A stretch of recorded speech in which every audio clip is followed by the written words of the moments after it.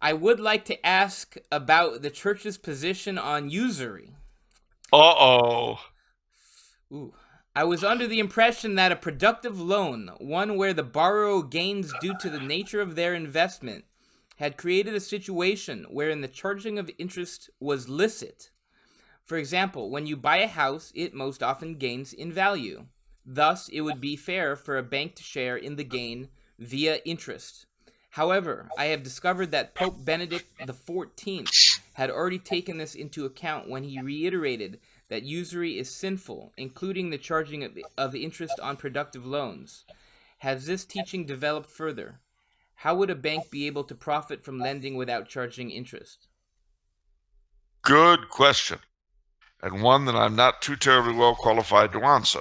But that won't keep me from giving it the old college try, especially because I'm at college. So, rah rah, sis boop ba. Let me pull out my raccoon coat. We'll heat up the old Stutz Bearcat, and, get our pork pie hat on and do it for old Ivy. All right. Well, usury, of course, the charging of money and interest is condemned by our Lord. So we know that it's not a good thing because he didn't condemn things that were good. We know, too, that there were even religious orders that were dedicated during the Middle Ages to dealing with loans. Their methods of dealing with loans, however, required collateral. It was true, I believe, also of what were called the Mons Pietatis, the mountains of piety, specific loan operations in Catholic countries.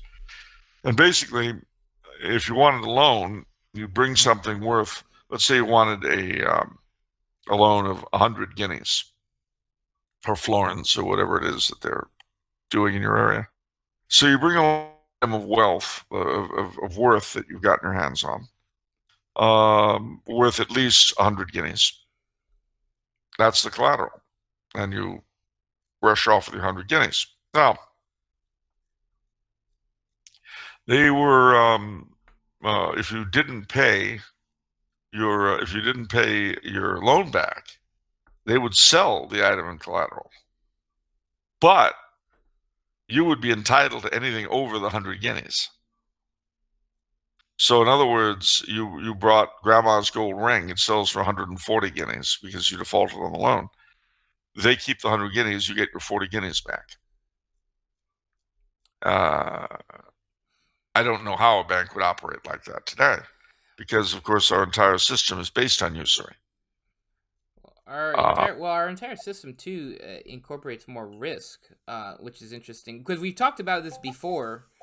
But it just occurred to me that under this old system, there's actually zero risk by the bank because it's like, okay, I lend someone $100, but they put up $100 in collateral. So if it doesn't work out, we just get our money back. Yeah, but they don't make much of a profit. Right. Well, that's the good part. They made. I think they were allowed to tiny amount of interest to just to keep functioning. Right. It wasn't much. And as I say, sorry. No, but I'm like compared to our day, where in terms of the risk, I mean, where you can lend out. I don't know what it's at now. If it's 5, 10, or 20 times the amount of your deposits, that's an enormous amount of risk. Well, it is, and of course, if which God forbid, if all this were ever called in, the whole system would collapse. Yeah. I idea what that would look like. I don't think anyone does.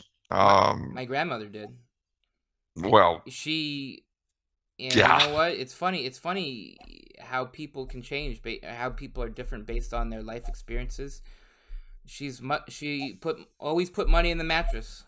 Never trusted banks ever again. But going through what she went through, how can you, how can you be any other way?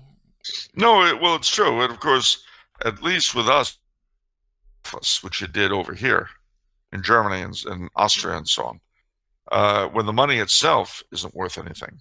Yeah. Yeah. The old joke in Germany during the great inflation of 1922 was that this woman, because the money would keep dropping in value over the course of a day. So people would do their shopping in the morning because you didn't want to wait till the afternoon when it'd be worth even less. Wow. Yeah, Wow.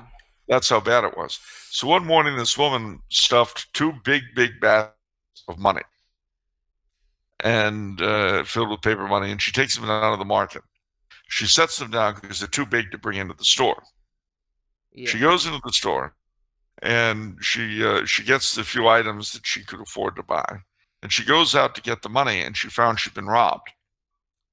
Someone had stolen the baskets and left the money out. Wow.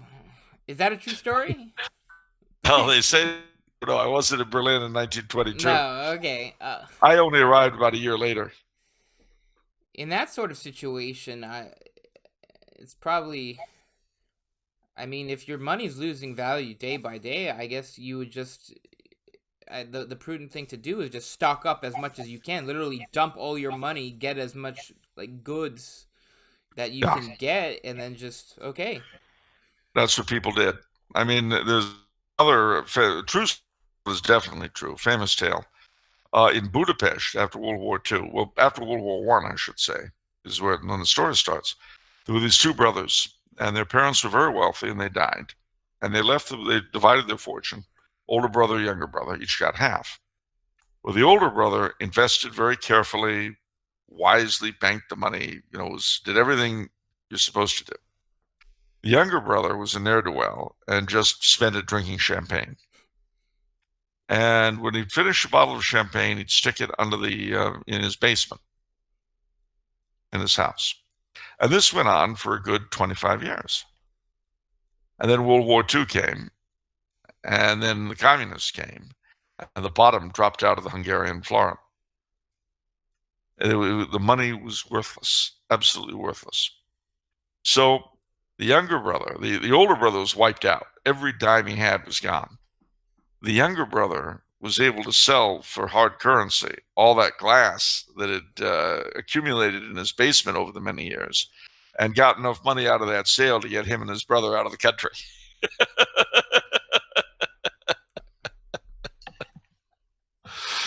And that's a true story. It's a true story. What a sick twist of fate. Boy. I think it's a wonderful moral. I don't know what it is, but I like it. That's like God with a sense of humor or something. Like, oh, well, okay. You didn't think he had a sense of humor? What I like is the fact that the younger brother thought enough of the older brother, who must have been giving him a hard time all those years, thought enough of him to take him with. The younger brother must have been like, well, I mean, that must have been like comeuppance. Like, oh, yeah, I'm sure. Well, I guess I can bail you out, I mean, you've been so irresponsible in terms of your investing and everything. Always banking everything, my gosh. Instead of doing what you should have done, which is drink it up. Yeah. Well, virtue is its own reward, as we know. No, so at any rate, to return to the question, though, I really... we are in such a weird setup, such a strange situation, where you literally cannot live without participating in usury unless you go off the grid. So I don't really have a satisfactory answer for you. I mean, if you have a credit card, and who doesn't? If you have a debit card, and who doesn't? If you've got a bank account, and who doesn't? You're participating in usury. Yeah. So